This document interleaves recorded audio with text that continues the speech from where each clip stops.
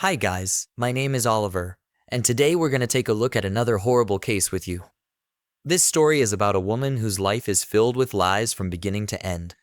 You will learn how the unscrupulous deceiver ends up in pursuit of big money and how many human destinies it can affect.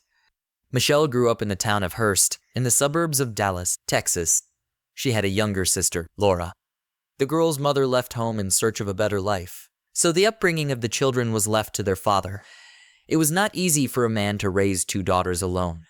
He survived on occasional earnings at a construction site and often relied on alcohol. In search of easy money, he repeatedly thought up and implemented devious plans for profit. He would take a job at one factory or another and deliberately injure himself in order to obtain insurance money as compensation. The fraud scheme worked, but not for long. With the help of CCTV cameras at one of the workplaces, the scheme was uncovered, and Michele and Laura's father was sent into custody. Michele grew up in a world of lies, deceit, and manipulation from childhood. This was her normal life, from which she wanted to escape by any means possible. But it is impossible to escape from oneself, because lies had already become a part of her life, and she simply did not know how to live differently. The girl dreamed of growing up faster to get out of the hated poverty. At the age of 15, Michele looked very spectacular, a petite brunette of athletic build. She attracted a lot of interest from guys, both her own age and older. Even then, Michele realized that with the help of her feminine power and charm, she could easily manage to manipulate any men in her environment in order to get what she wanted. Thus, a series of love relationships with different men began in her life. At the age of 17, Michele dropped out of school and married for the first time to 16-year-old Kenneth O'Brien. She informed her boyfriend that she was expecting a baby. Kenneth, taking full responsibility for his young wife and future child, enlisted in the army. The couple moved frequently, and 2 more children were born to them in this marriage. One city was replaced by another, but the temporary housing of the military was not the limit of Michele's dreams. Such a life did not suit her, and after 5 years she left, naming the reason for divorce as beatings and cheating on the part of her husband. Michele returned to her native Hearst. In front of relatives and friends, she appeared as a victim of domestic violence and received the necessary support, beginning to organize her life anew. After a while, she fell in love with her former classmate, Brandon. The young man was head over heels in love with Michele and gladly accepted her 3 children. The lovers prepared for the wedding. However, on the eve of the wedding, Michele infuriated Brandon. It turned out that the girl had not divorced her first husband. She was very afraid to talk to him about divorce because of the abuse, so she had not sent the documents. With the help of a lawyer, this issue was quickly settled, and the couple was able to marry in 1994. At first, family life flowed calmly and measured. Brandon was engaged in the development of his IT company, and Michele worked as a dental assistant. But quiet family life was not the limit of Michele's dreams. She always needed more. She started bringing home all sorts of dental equipment and supplies. The cash didn't fit in her purse. Brandon suspected something was wrong. Eventually, Michele was caught stealing. It was only by luck that a trial was avoided, but Brandon's trust issues with his wife were just beginning. Responding to neighbors' reports that cars were frequently arriving at the house while he was at work, Brandon installed a tape recorder in several rooms of the house. Listening to the tape, he heard various men visiting their home throughout the day. Brandon conducted his own little investigation and learned that the reason for the divorce in Michele's first marriage was her numerous infidelities, not her husband's beatings as she had told everyone. Brandon's patience broke, and he demanded a divorce. Michele was furious. Brandon initiated the divorce, and while he was at work, she got back at him. "I had a very nice saltwater aquarium with thousands of dollars worth of fish in it." Brandon says she poured Comet into it and killed all the fish. But Michele didn't stop there. Brandon also had a beloved dog named Domino. Michele stuffed the dog with sleeping pills, which led to the death of the living creature. Michele put Domino to sleep. If you're shocked at this point, we've only scratched the surface. Brandon says it was a nightmare that wouldn't stop. You can't make that girl go away. Unfortunately, Brandon learned the truth about Michele when his own marriage was completely destroyed. Everything Michele did with Brandon Dixon pales in comparison to her adventures with other men. It was later revealed that John Paul Ray, also a student at the high school Michele attended in Hearst, was the father of her first child. Instead of revealing this information to John, she told Kenneth O'Brien that the child was his, forcing him to marry her. Kenneth, for 13 years, thought the eldest son was his own. John later told police that Kenneth paid child support from age 5 to 18 and did not know he was not the father. After Brandon and Michele divorced, she moved in with John, the father of her first child. They lived in a common-law marriage for 8 years. Their relationship came to an abrupt end when John began to suspect his wife of cheating. Michele didn't deny it. She confirmed the affair on the side. John moved out, leaving most of Michele's possessions. Michele's next love was Greg Williams. They were both not so young anymore and both had a history of past marital failures. The man was married twice and had a daughter. After Greg and Katie divorced in 2003, the couple agreed to share custody of their common daughter, Taylor. However, there was no formal agreement on child support because the former spouses had a good relationship. Rich, successful, and generous, Greg was a perfect match for Michele. In 2007, Greg and Michele had a common daughter, Michele. A year later, they got married. Their marriage was like the American dream. Money, children, love, it was all in abundance. Michele seemed to have made it through the thorns to the stars and got the life she had always dreamed of. Greg Williams held his family in very high esteem. He grew up in a family with fierce principles and achieved everything on his own from an early age. He loved sports and was a martial arts black belt. In addition to his love of exercise, Greg was also a fan of guns. Both he and Michele had guns that they kept in their home in Keller. Michele's gun, a silver .40 caliber pistol, was kept in a safe, but Greg kept his gun, a black .45 caliber, always loaded in a case under his bedside table. The couple was determined to make their marriage a success. They threw birthday parties for their children from other marriages at their home in Keller. Michele's adult children would have barbecues and swim parties very often. The house was full of friends, but despite the picturesque suburban home and a precocious daughter, Greg and Michele were not the classic American couple. They met through an online community for bondage, domination, sadism, and masochism, and their wild adult house parties led to numerous complaints from neighbors. Without making the matter public, the couple decided to move out. The night before, Michele and Greg had been unable to sleep for a long time. They were preparing to buy a new house for $45 million. They emotionally discussed the upcoming event. Greg stayed in the bedroom alone. Michele went out to her crying daughter and fell asleep with her in the room. On October 13, 2011, at 4:40 a.m., an emergency call came in. A crying woman screamed into the phone that she and her husband had been attacked by a robber. She was injured, and her husband had been shot. Within minutes, police arrived at the scene of the tragedy. Inside the home, detectives found a television on full volume and a baby sleeping on the couch. Michele's daughter was sound asleep and unaffected in any way by the attack that occurred. The woman's behavior alerted police officers. She was behaving rather strangely and did not look like she had just experienced a burglary. Soon, the gated community was filled with police cars, detectives, and forensic experts.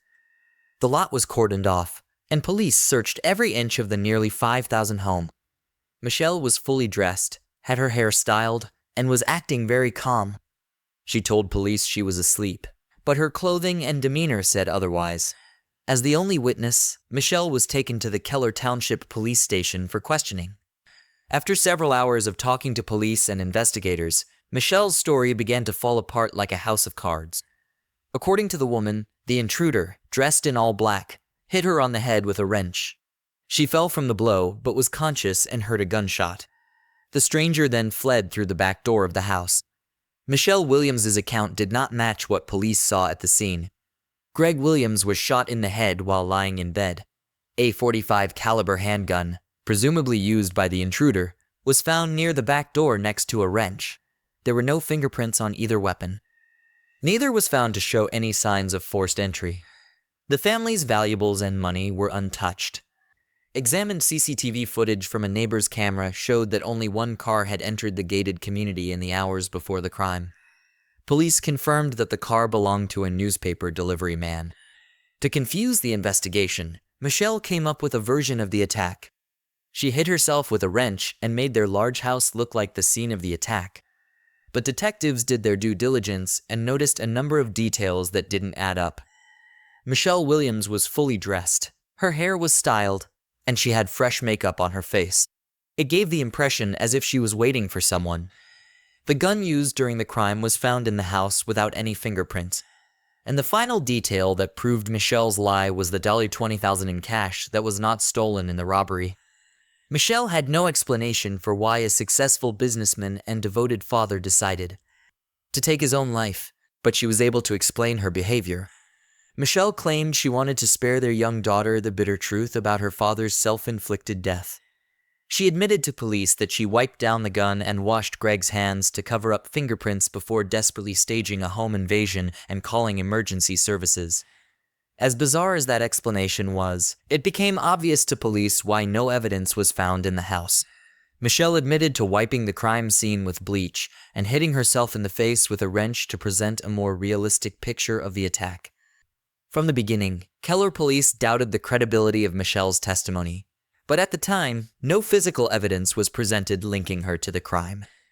Michele was arrested for perjury but was soon released.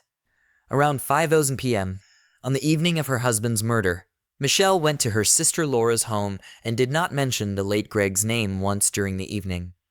Michele cried from time to time, but it didn't seem sincere, her sister Laura Kusk said when questioned by police. The morning after the tragedy, Michele woke up in a great mood. She was beautifully dressed, with her hair styled and makeup on. In high spirits, the recent widow went for breakfast at a famous restaurant that served the best pancakes with syrup. While the police were looking into the theory that Greg had taken his own life, struggling to find a motive and obtain credible evidence of it, Michele herself presented the investigation with first a motive and then evidence of her guilt. Going through the documents from the first interrogation, the investigators were attracted by Michele's words that she didn't care about a single penny, but her actions proved otherwise. After Greg's death, Michele quickly began liquidating assets from family companies and spending large sums of money. She cashed checks through Greg's company. The amount of checks cashed is not disclosed anywhere. In all likelihood, we are talking about a lot of money. After receiving cash from the sale of the Blueberries frozen yogurt store in Keller, Michele made one of her biggest blunders. She went to the insurance company hoping to get a payout on Greg's life insurance policy.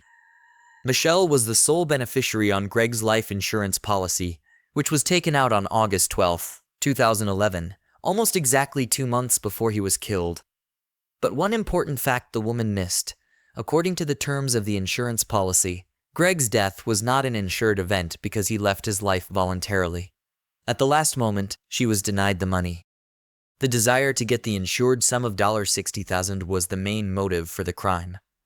Later, another important fact of financial fraud comes to light that casts suspicion on the widow. Fictitious financial documents for a mortgage loan were used to purchase the house that Greg and Michele had been preparing for on the eve of his death. The account numbers were intentionally changed, and the lender did not immediately notice the elaborate fraud. When Greg died, Michele canceled a meeting with the mortgage company, and the fake account was not discussed until it caught the attention of the police. Michele, confident of her impunity, writes a check for $188,000 to attorney Kenneth Wincorn and takes a week-long vacation to Grapevine with her children. During the 3-month investigation into Greg Williams's death, police were able to unravel his wife's web of deceit. An autopsy was performed on Greg, which proved that the man was shot from a range of 12 to 18 inches. Moreover, the toxicology examination conducted provided a report proving that Greg had a large dose of sleeping pills in his system at the time of his death. Also, the police determined that there was no assault on the house. Mrs. Williams sedated her husband and shot him from a foot away after turning up the volume on the television. Daughter Michele, who was asleep in her room, did not hear anything. On November 3, 2011, based on the Tarrant County Medical Examiner's report, Greg Williams's death was officially ruled a homicide. Michele Williams was arrested on January 9th as she was on her way to a fitness center. She was charged with murder, tampering with evidence, and making a false statement to police. Michele was both the only witness to the crime and the only suspect. Bail was set at $522,000 to be released from custody pending a court hearing. But Michele spent a week in custody and was released on $85,000. Dressed in gym clothes, Michele walked out of jail with a GPS monitor and under the arm of attorney Kenneth Wincorn, who was now officially representing her. Greg's first wife, Kathy, was furious when she found out that attorney Wincorn was defending Michele. That money she paid him was part of Greg's estate, and it should never have gone to pay the legal bills of the woman who was accused of killing him. Online court records list Kenneth Wincorn as the attorney for Kay and Greg's divorce in 2023, and Wincorn's name and signature appear on legal documents regarding the custody agreement for their shared daughter Taylor in 2008. However, Kenneth Wincorn's defense of collusion with Michele Williams will be exonerated by providing evidence the divorce was handled by his company, and he personally never represented Greg. Kenneth Wincorn said he first learned of Greg's murder from an IT company employee. It was very shocking, Wincorn says, adding that Michele later sought his help after her plot to cash in on Greg's death was foiled. Michele Williams changed her name to Shelley and appeared as a fitness guru, hoping to start a new life. On Facebook, Shelley publicly announced her relationship with Gene Wallace, a friend of her oldest son, a man nearly 15 years younger than her. Shelley and Gene opened a fitness club in Bedford and heavily promoted it online. Armed with an ankle bracelet with a GPS tracker, Michele spent the next few months enjoying her new boyfriend, fitness classes, and court hearings. She often appeared in court dressed for a night out on the town, wearing miniskirts, knee-length boots, and deep-cut blouses.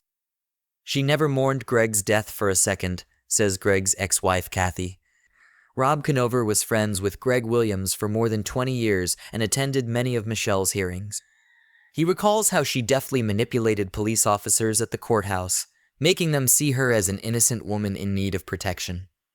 On October 9, 2013, 45-year-old Michele Williams took a plea deal with the county and pleaded guilty to tampering with evidence and deadly conduct. She received 18 years in prison for tampering with evidence and deadly dangerous conduct, a third-degree felony that only exists in a few states. Although Michele admitted that she cleaned the gun in Greg's body, the absence of her DNA at the scene raised doubts about whether the first-degree murder charge would stick. Things can go differently. Play big, win big, or lose big, Michele said in an interview. With the plea bargain, I expect to do a couple of years, and after that, I'll be out on parole. But in February 2014, Michele Williams, in an interview, suddenly changed her testimony and said she was not guilty of the crime. The judge immediately rescinded the plea bargain and set a date for the first trial.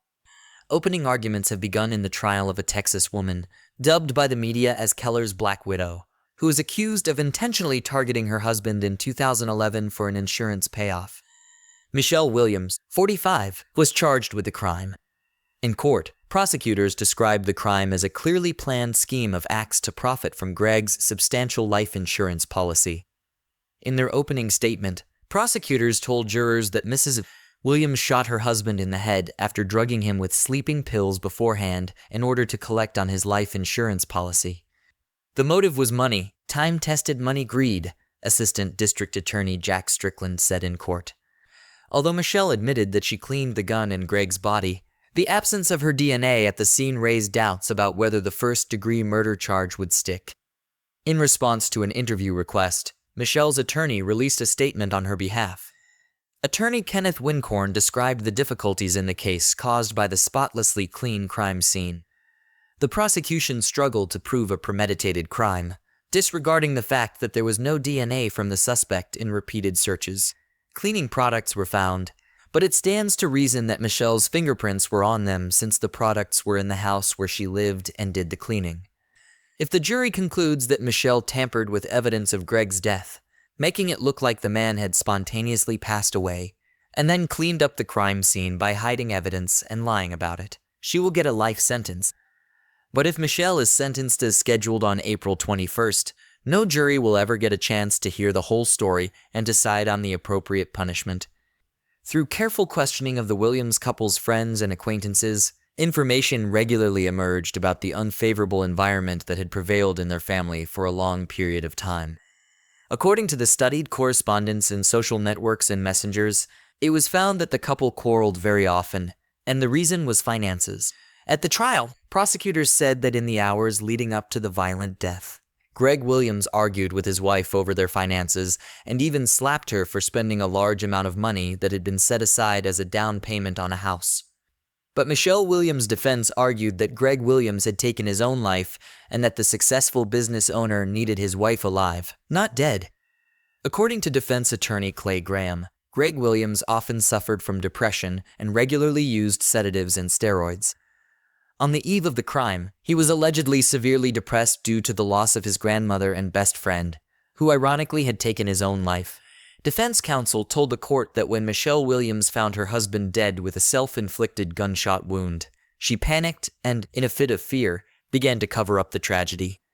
Without realizing it, she had one goal: to protect her 4-year-old daughter from psychological trauma by hiding the truth from her. Michele Williams never once changed herself, presenting at court hearings in different images with styled hair and manicure. At one hearing, the defendant, dressed in an off-white blouse and black vest, showed little emotion throughout most of the trial, but did not forget to wipe away tears during a presentation of photographs showing images of the body of murdered Greg Williams. The court also heard testimony from Michele Williams' adult son, Andrew O'Brien, who said his mother, Michele Williams, asked him to help frame Greg Williams' ex-wife, Kathy. She planned to blame her for Greg's death, using the motive of unreconciled differences over the custody of their daughter Taylor. But that plan was a failure from the get-go.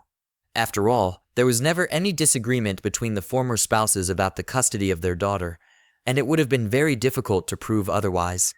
Asked about his reaction to his mother's unusual request, 26-year-old Andrew O'Brien said he was very shocked by such a proposal and thought she was having a mental breakdown. Michele confronted her sons at the trial when they testified against her. The jury later found Michele guilty of felony tampering with physical evidence. According to the show, she provided false information that she was pregnant with twins, hoping to delay her sentencing. But this version was not confirmed, and the verdict was announced. Michele's acting abilities and her natural charm, which she tried her best to demonstrate during each hearing, did not spare her from a harsh sentence.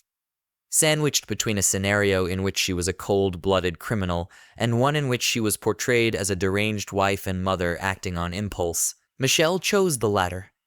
"He did it," she said, wrapping her arms around her head. Michele even congratulated the detective on solving the case. "I wouldn't have gotten through the day," she said. "You've won." Even before the police admitted to doubting Michele's story, few believed Greg had lost his life. He had too much to live for, and he knew all too well how much pain an untimely death causes. Kathy Williams believes that Michele's relationship with Gene Wallace began when Greg was still alive and may be the elusive motive for this crime. If Greg had found out she was sleeping with her little boyfriend, he would have dumped her, and she would have gotten nothing, Kathy says. Greg was willing to put up with a lot, but he wasn't willing to put up with cheating. "She's ruined so many lives you can't even imagine," Brandon says. "She's a professional manipulator. If the courts had gone further and interviewed all of us, things could have gone in a different direction." Michele was sentenced to 60 years in prison. The judge also ruled that she would have to serve a minimum of 30 years before being eligible for parole. Michele currently remains incarcerated at Mountain View Prison in Gatesville, Texas. Michele Williams is a felon and fraudster who is currently serving time in prison for all of her willful acts. She has never shown remorse for her actions and still refuses to take full responsibility for her crime. Thanks for watching. Guys, that was Oliver with you. Subscribe to the channel. There are many shocking stories ahead.